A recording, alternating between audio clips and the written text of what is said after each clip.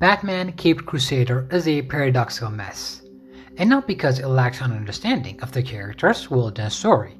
It really does have a solid ground, but somehow ends up dropping the ball on the very instance of reaching a meaningful narrative.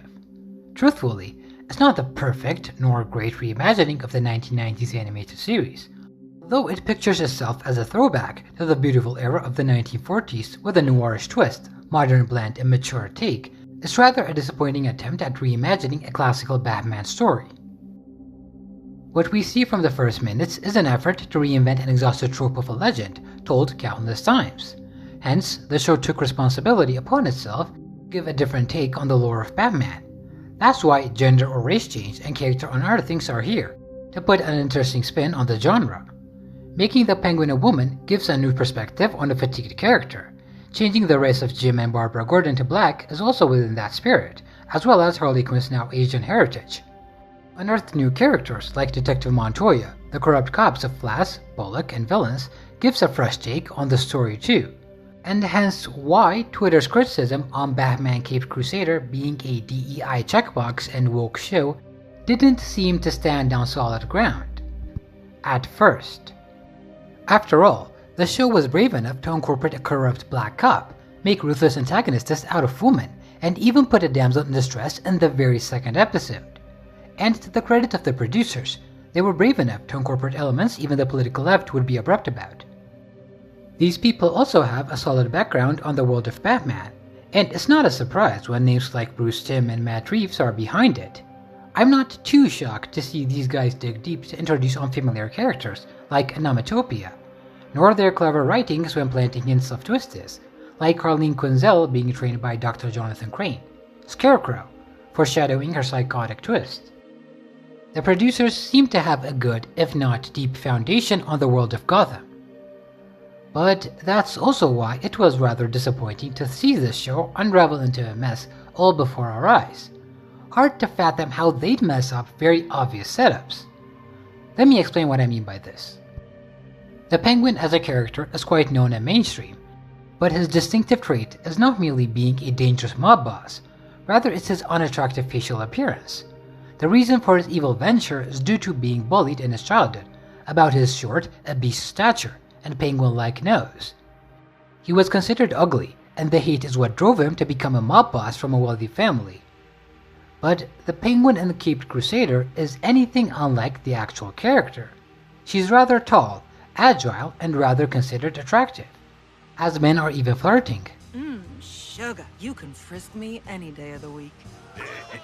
Her being evil is the only common theme she shares with her male counterpart, aside from a mild facial resemblance. That means she's not the Penguin at all, if none of the character's definitive traits are present with her. Were the producers afraid of making the female version ugly like the real Penguin due to fear of backlash? And wouldn't they have been better off just creating a brand new character instead? Or consider how they got the portrayal of the main character Batman wrong in the show. His origin story was depicted as a traumatized Bruce being vengeful to retribute his parents' murder. Bruce's character was portrayed as a shallow and spoiled brat, who doesn't even treat Alfred like a real person. That's why these type of lines are present. I'm going to make them pay, and you're going to help me. Well, I was raised to treat the staff like people, Bruce. You might want to give it a try sometime. But Bruce Wayne never donned the mask to make those murderers pay.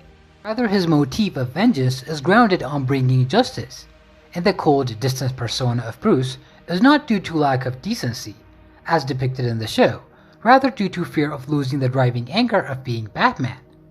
Mask of the Phantasm did the perfect job of showing why Bruce Wayne can't be happy, as it would mean letting the feeling of his parents' injustice go. But it just doesn't hurt so bad anymore. You can understand that, can't you? Look, I can give money to the city, they can hire more cops, let someone else take the risk, but it's different now. I know I made a promise, but I didn't see this coming. I didn't count on being happy. He consciously holds on to that anger to continue on the quest of justice. The Bruce Wayne of the animated series, acting shallow and impenetrable, was a sacrifice made to keep the fire of Batman alive. But the Bruce Wayne here acts distant and selfish, due to trauma and inhuman decency, Even his Batman persona is merely a mask for it. You know, repressed trauma is something you might not even realize you're dealing with until something happens. And hence why it's maddening to see the show celebrating Harley Quinn's fallacious analysis of Bruce's psyche. How many criminals do you have to catch before you feel better, Batman?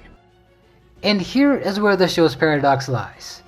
It knows how Bruce Wayne should act, such as his playboy persona and his eagerness to be Batman whenever he's out of the spotlight. And yet, terribly misses the whys of Batman as a character. It gets the end right, so it seems like the show knows what it's doing, but the end doesn't justify the means for a character, especially not Batman. As a scene comparison, in episode 3, Batman pushing Catwoman when she kisses him is because she's afraid of opening up and being loved, facing his trauma. This whole life that you've built for yourself, it feels so obvious. Maybe it's a way to shield yourself from further pain. But Batman pushing people away in the animated series is because he can't be Batman if he's attached to people. He is rather self-sacrificial in order to keep the sense of justice going. One is afraid of facing trauma, the other is afraid of letting his grip on justice slip. But this is not the end. This series' issues go beyond just character misunderstandings.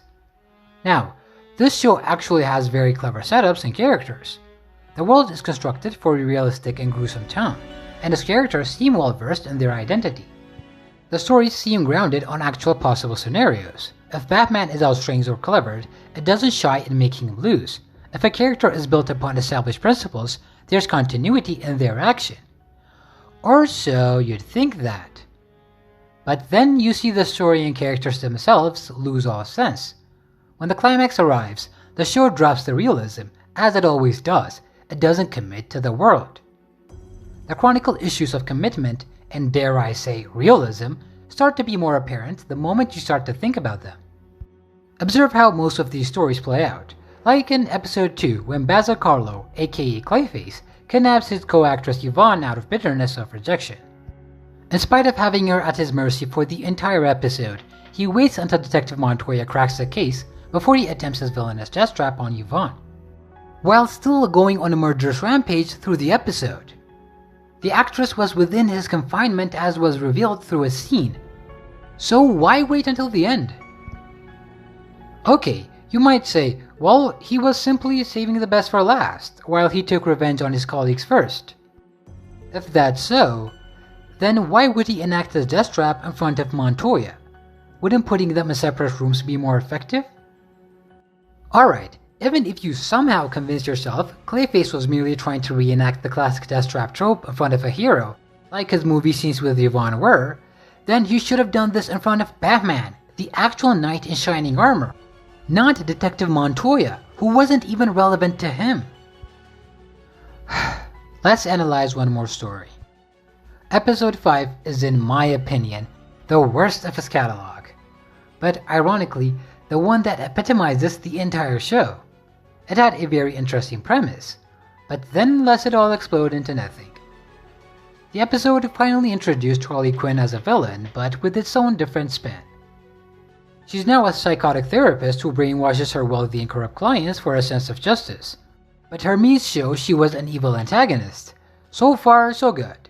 And the story continues to prove her psychotic traits was very intriguing story at play. Until it completely lost the plot. During Batman's investigation on Dr. Quinzel, the producers somehow made the world's greatest detective leave the worst possible mess, and then notched this dumbness to another level by making him tear a paper containing Harley Quinn's base, like a common thief would. Barbara then finds a very contrived way of extracting that address and reaches the base first. Later, Batman confronts Harley Quinn and gets trapped while fending off the brainwashed goons. Then the episode loses any ounce of logic left. Even though Harley Quinn had trapped Batman in a fortified glass box with an effective sleeping gas at play, she chooses to make the dumbest decision possible. Self-destruct the entire base while leaving Batman there. You literally trapped an unconscious Batman in a fortified container. Although very unconvincingly, she has gotten the better of Batman. But from all the things she could do, Harley gives the lamest excuse of a hero syndrome returning to bite her, and chooses to destroy the place. And it ironically even gets dumber, with Barbara coming in and trying to break the fortified glass with a bat for literally 4 entire minutes. That console that seems like a controller for the entire base doesn't cross her mind at all. And again, it even gets worse, with the show retconning Harley Quinn into an anti-hero, just because she returned to save her friend Barbara. Harley Quinn torturing and brainwashing those wealthy men was now merely the wrong approach of justice from a confused psychologist who had the right intention. Then, after 4 minutes of trying to break the glass, Barbara merely shatters it in a way that blocks the container from opening, and then when the building starts to blow, it conveniently tears down Batman's ceiling, so that he can save Barbara later, while Harley Quinn becomes the only villain anti-hero out of the entire series to escape. This episode ridicules Batman's strengths and motif, while championing undeserving ones, even jabbing his unresolved childhood trauma. Maybe next time we can unpack some of that childhood trauma. Harley Quinn isn't an anti-hero. Modern media seems to have forgotten she's a psychotic human who's as devilish and mischievous as the Joker. But it's not the first time we saw this show not understand a character, so I'm not surprised. Want more condensed examples? Somehow, Batman can take out an entire mob of mafia and specialized police forces without any help, and yet can't beat Harley Quinn or help out a mercenary girl without being saved by another kid. And still, characters like Barbara, although untrained in martial arts, can outperform real cops in combat and take out specialized assassins. A veil of invisibility envelops the 3 characters of Harley Quinn, Barbara Gordon, and, surprise surprise, Detective Montoya, on both physical and moral grounds. But the titular character himself is pictured as flawed, indecent, and traumatized hero. The show puts on a mask of bravery and realism, but doesn't commit to it when a certain character is at play. Is brave enough to add a corrupt black cop, yet not committed enough to make him get the stick. It's his buddy that's always on the receiving end of the beating. It's bold enough to put an agent spin on a psychotic freak pretending to be a therapist, but resistant to making her an actual villain. The show is courageous enough to put a damsel in distress, but too afraid to actually make her one. Apparently, Yvonne, the actress that was kidnapped and enslaved, was never afraid of an actual murderer. Rather, she saw right through his insecurities and persona. I don't believe your performance. You're chewing on scenery, relying on makeup effects to enhance weak characterization. It's insincere, Basil. It's not real. And if you hadn't picked up on it yet, the damsel in distress is rescued by another woman, and not the actual hero. Then suddenly, all that Twitter DEI criticism starts to make sense. I'm not going to call this show garbage, because it's not. It genuinely had really good elements. The art style, tone, and noir's theme were quite captivating. The sound design and music is also on par with the art direction. There's a lot of intent in its visual imagery and depiction, and for some of its runtime, it doesn't shy away from telling the dark narrative it beholds. But it drops the ball when it starts to get good. It starts to change the route and collides with the same principles it established. The massive letdown comes not because of a lack of potential, but due to an unfulfilled one. The producers had the right ingredients for a great reimagining, but the recipe wasn't tasty. They had the foundation and story, but ultimately dropped the battle on. Season 1 bent this show as far as it could, and almost broke it, leaving a messy story at play. I'm not sure if that's possible on the next round. For the second season, things won't be as forgiving.